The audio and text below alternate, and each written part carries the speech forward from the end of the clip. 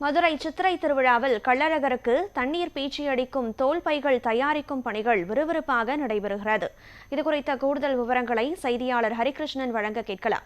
வணக்கம் ஹரிகிருஷ்ணன். தூங்கா நகரமான மதுரை சித்திரை திருவிழாவிற்காக தயாராகி வரும் சூழலில் அங்கு தோல் பைகள் தயாரிக்கும் பணி எந்த அளவில் இருக்கிறது? இந்த பணியில் ஈடுபட்டிருக்கக்கூடிய ஊழியர்கள் எத்தகைய ஆவலை வெளிப்படுத்துகிறார்கள்?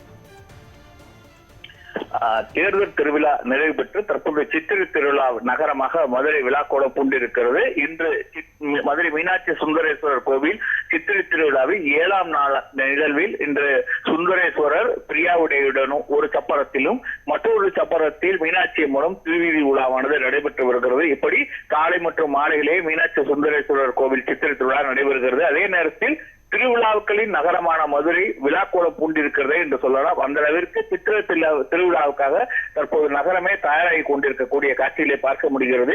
அந்த வகையில் சித்திரை திருவிழாவில் கள்ளழகருக்கு தண்ணீர் பீச்சி அடிக்கும் தோல் பைகள் தயாரிக்கும் பணிகள் விறுவிறுப்பாக நடைபெற்று வருகிறது. பக்தர்கள் கள்ளழகருக்கு தண்ணீர் பீச்சி அடிப்பதற்காக நேர்த்திக்கடன் செலுத்துவார்கள். கள்ளழகர் போல வேடமணிந்து கள்ளழகர் மீது தண்ணீர் பீச்சுவதற்கு வழக்கமான ஒன்றாகும். அந்த வகையில் தண்ணீர் பீச்சும் பயன்படுத்தப்படும் ஆட்டு தோலினாலான பைகளை தயாரிக்கும் பணியானது தீவிரப்படுத்தப்பட்டிருக்கிறது. காரியாப்பட்டி பகுதிகளைச் சேர்ந்த 200க்கும் மேற்பட்ட தொழிலாளர்கள் பைகளை தயாரிக்கும் பணியிலே ஈடுபட்டு வருகிறார்கள். இவர்கள் அந்த தேர் நிறுத்தக்கூடிய இடமான தேர் முட்டி பகுதியிலே குழுமியிருந்து பைகளை தயாரித்து கொடுத்து விற்பனை செய்து வருகிறார்கள்.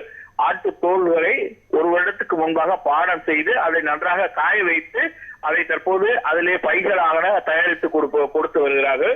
3 லிட்டர் முதல் 12 லிட்டர் வரையில் பைகள் தயாரிக்கப்படுகிறது. 400 ரூபாயிலிருந்து 1000 ரூபாய் வரைக்கும் பைகளானது விற்பனை செய்யப்பட்டு வருகிறது. பல்வேறு மத்தியிலே எதிர்பார்ப்பை இருக்கக்கூடிய இந்த சித்திரை திருவிழாவில் தற்போது ஒவ்வொரு நிகழ்வுகளும் தற்போது தயாராகி வருகிறது. அந்த வகையில் தேர் தயார்படுத்தப்பட்டு வருகிறது. அதே நேரத்தில் திருக்கல்யாணம் நடைபெறக்கூடிய திருக்கல்யாண மண்டபம் தயார்படுத்தப்பட்டு வருகிறது.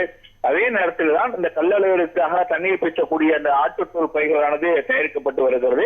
அதே வகையில் கள்ளழகர் கோவில் நிர்வாகத்தால் ஒரு அறிக்கை ஒன்று வெளியிடப்பட்டிருக்கிறது. அந்த அறிக்கையில் அதிக விசை கொண்ட பம்புகளை வைத்து தண்ணீரானது கள்ளழகர் மீது பீச்சி அடிக்க வேண்டாம் என்கிற ஒரு தகவல் வெளியிடப்பட்டிருக்கிறது. இந்த செய்தி அறிக்கையிலே பக்தர்கள் நேர்த்திக்கடன் இருக்கக்கூடியவர்கள் பாரம்பரியமாக பயன்படுத்தக்கூடிய ஆட்டுத்தோல் பைகளிலே அதாவது விசை கம்மியாக உள்ள அந்த பைகளை பயன்படுத்தும் பம்புகளை பயன்படுத்துமாறு கேட்டுக் கொண்டிருக்கிறார்கள். இப்படி சித்திரை திருவிழாவுக்கான அனைத்து ஏற்பாடுகளும் தற்போது தயார்படுத்தப்பட்டு வருகிறது. கனகதரா,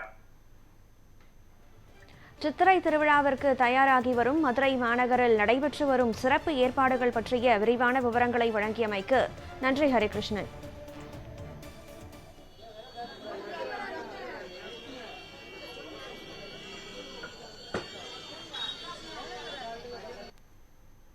நாங்கள் தண்ணி பீச்சு தொழில் இப்போ செய்கிறோம். இப்போ பரம்பரையாக செஞ்சுட்டு வரேன். கள்ளழகருக்கு இது நேர்த்திக்கடன் மணிக்கு நாங்கள் செஞ்சுட்டு வரேன். 3 மாதத்துக்கு 3 மாதம் ஆகும் இந்த வேலையை செய்ய. 3 மாதம் முடிஞ்சதுக்கப்புறம் தான் இந்த தொழில் செஞ்சு முடித்து இங்கே வரேன். எல்லா ஊருக்காரங்க வாங்குவாங்க. அவங்க நேர்த்திக்கடனுக்காக வாங்குவாங்க. வருஷம் வாங்கிட்டு இருப்பாங்க. அவங்களுக்கு நாங்கள் கொடுப்போம் எல்லா இதுவுமே.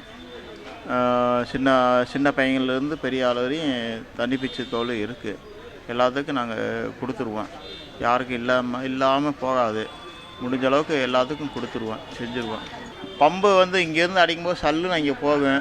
ஒரு ஆள் மூஞ்சிலையோ கண்ணுலையோ பட்டுருவேன். தண்ணி அது இது பண்ணக்கூடாது. அந்த எப்பவும் போல் அந்த குழாயை வச்சு அடித்தா தான் நல்லது. அதை விட்டு இங்கேருந்து சல்லுன்னு போனால் ஒரு மூஞ்சிலே தெரியாமல் இங்கே படாத இடத்துல பட்டுருமில்ல தண்ணி. அந்த மாதிரி செய்யக்கூடாதுல்ல. எப்பவும் போல் என்ன முறையோ அதை தான் செய்யணும். அதுதான் நல்லது. சாமிக்கு செய்கிறது அதுதான் நல்லது.